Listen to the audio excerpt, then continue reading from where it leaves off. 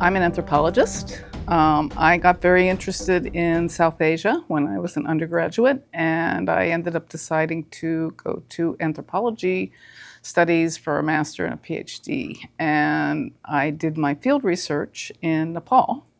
And I went to a area in the far west where there was a whole migration, rural to rural migration project going on. So I had some entries into a set of communities that were Kamugger, so they're Indigenous Peoples. They had their own language, so I was there for almost 3 years because I had to learn the Indigenous language in order to be able to do my research, because my research was on women and their economic and social status in the community and how they navigated all of the gender issues around livelihoods and decision making.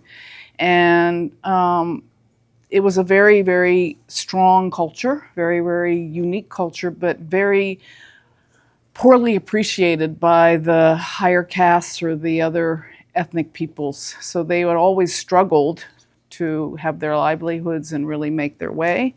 And they were very constrained in entering markets, and it made me realize how much the exclusion, the social exclusion, the discrimination was related to this identity, and on the other hand, how strong and how rich their management practices were. They had some just fantastic relationships with the forest.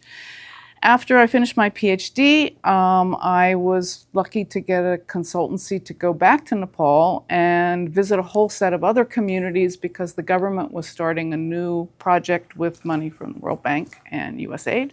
And they were supporting community forestry, but there was a lot of reluctance from the government. Can they manage these forests? Should we really give them back these forests? They don't really need these forests.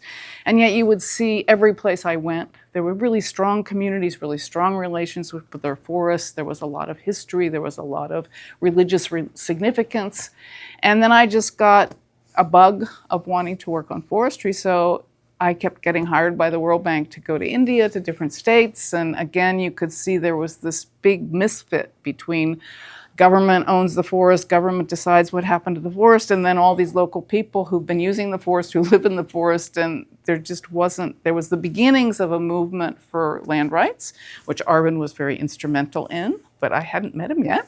And then I started working for World Bank, and I ended up switching to the Latin America division because I had lived in Chile for a while. As soon as you got to Mexico and Central America, here's the Mexicans with all this amazing forest management that had come through from their rights after the Mexican Revolution, and yet there really wasn't the support coming from government for their enterprises and for their activities. So I was lucky enough to have some projects to support forestry in Honduras and Mexico that the government was willing to borrow for and the World Bank was willing to have. And it was just sort of frustrating. You were always like pushing this government to move more ahead, and you had these social actors and these activists in the countries that were pretty pushing, but you couldn't really get things to necessarily happen. So we had a project in Honduras where we mapped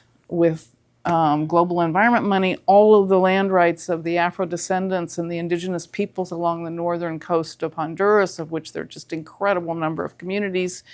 And then government changed and they didn't do anything with the study. So now you know who has all the rights and who should have them, and nothing's happening. It goes back to being a conservation project. So at some point I was trying to work less because my children were more in need of me, because one was in middle school and really needed more attention.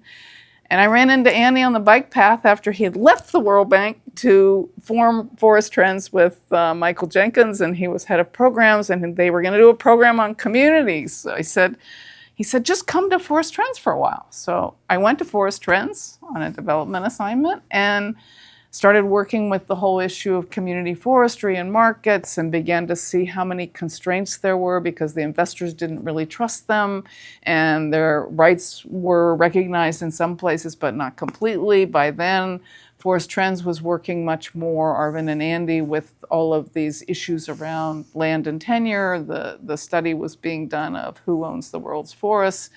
And when ideas began to percolate of this coalition, it was exactly what I wanted to do. So I joined it. I left the World Bank and joined.